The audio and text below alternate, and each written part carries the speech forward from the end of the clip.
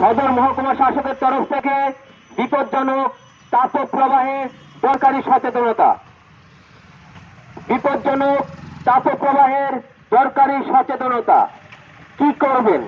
তৃষ্ণার্ত বোধ না করলেও নির্দিষ্ট সময় অন্তর জল পান করুন। তৃষ্ণার্ত বোধ না করলেও নির্দিষ্ট সময় অন্তর জল পান করুন। সর্বদা পানীয় জল সঙ্গে রাখুন। বেশি করে নুন, চিনি বা লেবু জল, ঘোল, ওআরএস পান করুন।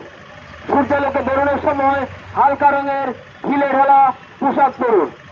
তেল মশলা ছাড়া হালকা খাবার খান ও জলীয় অংশ বেশি আসে এরকম ফল যেমন তরমুজ, শসা ইত্যাদি খান।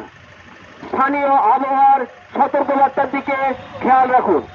অসুস্থ হলে দেরি না করে চিকিৎসক অথবা স্বাস্থ্যকর্মীর পরামর্শ নিন। কি কি করবেন না? প্রখর রোদে না বেরোনোর চেষ্টা করুন।